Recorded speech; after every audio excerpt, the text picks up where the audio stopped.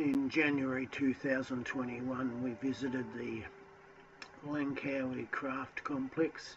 It's about 17 to 20 kilometres from Kura, or the international airport.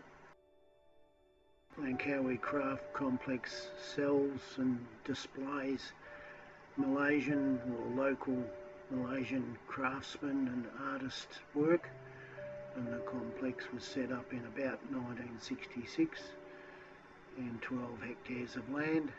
It's very popular, about 90,000 visitors a year.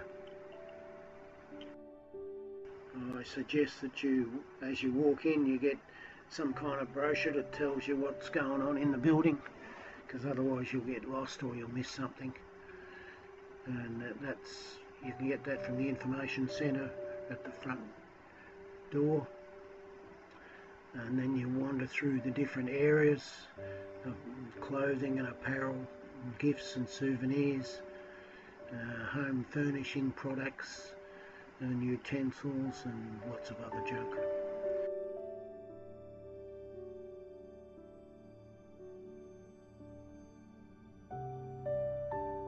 I really enjoyed the local pottery section.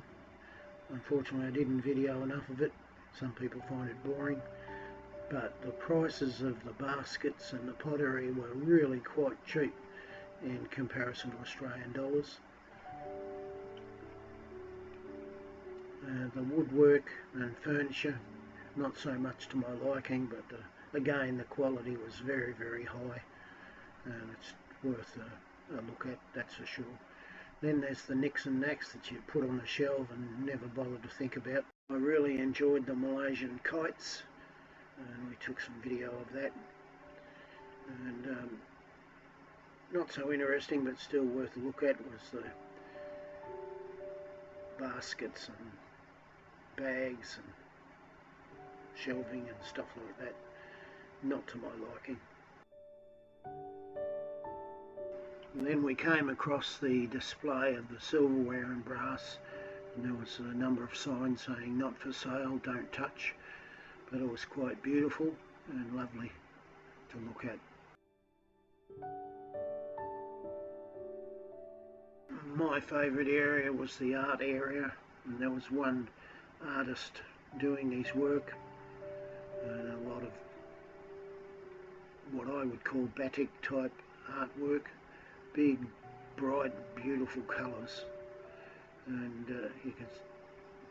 my wife's an artist, so she thoroughly enjoyed it as well. Then we had a look at this Warizan Museum. This museum's in the centre of the complex, and it's under that yellow dome you can see in the photograph. Excuse my finger, sometimes I stick my finger in the places where it's not wanted.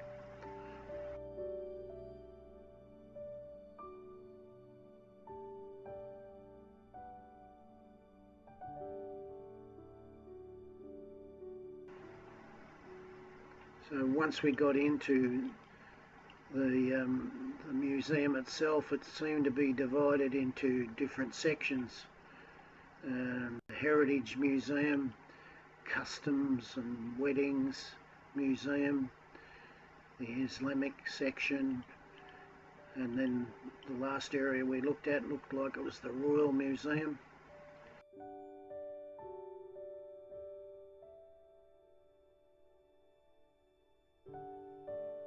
These really old boats are quite interesting, and handiwork, the craft work involved, and the simplicity of the older ones. How'd you like to sit on that floor for a whole day fishing? Not my sort of cup of tea.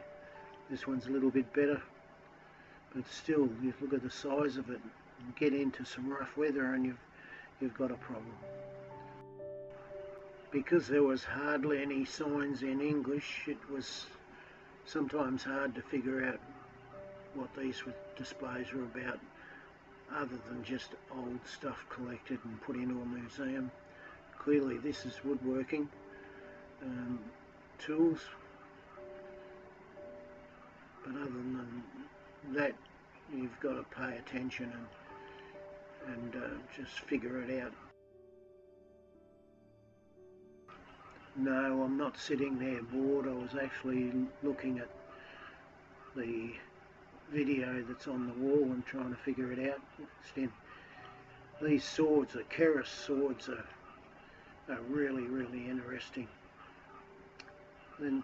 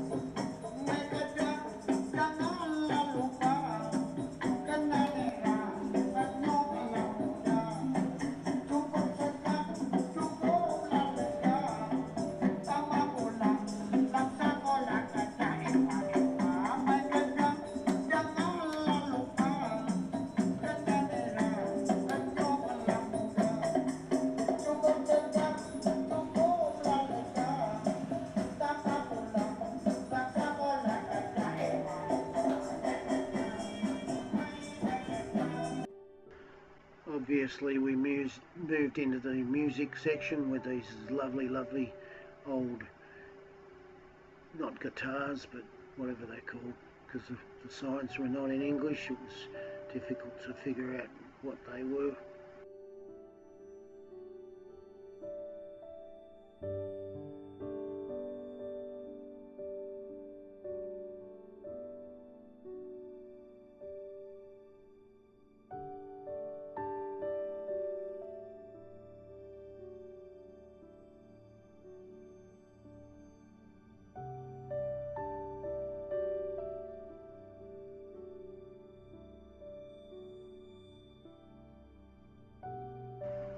There was quite a big section on the Keris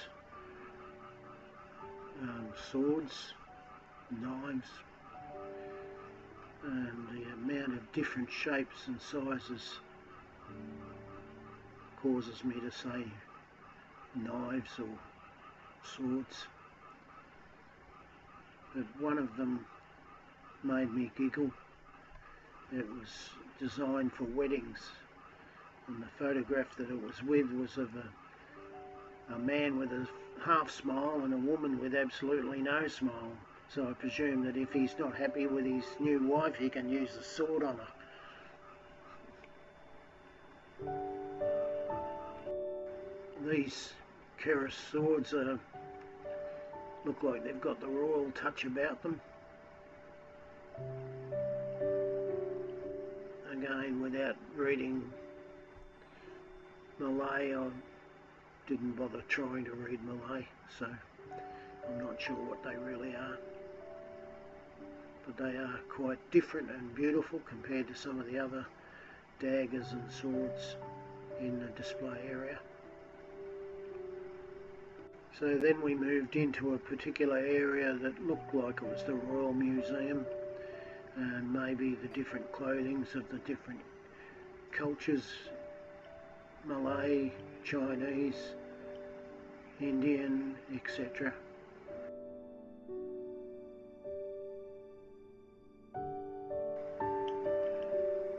So some of the clothing made you think that it was a royal element about it, but it could be just culturally orientated display. This looks obviously Chinese. Quite beautiful to look at, and this is why I spent a little bit more time videoing that section. See by the photographs in the background that they were all Chinese people. And then you've got a royal chairs, maybe it's a display of royalty. Again, I wasn't sure because all the signs were in Malay and not in English. I couldn't find any English signs. The other more obvious thing is that they're wedding clothing, the different cultural wedding clothings.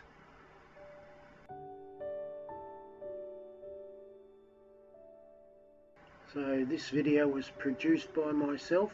This is another exciting video of our January 21 visit to Langkawi Craft Complex in the northern part of the island.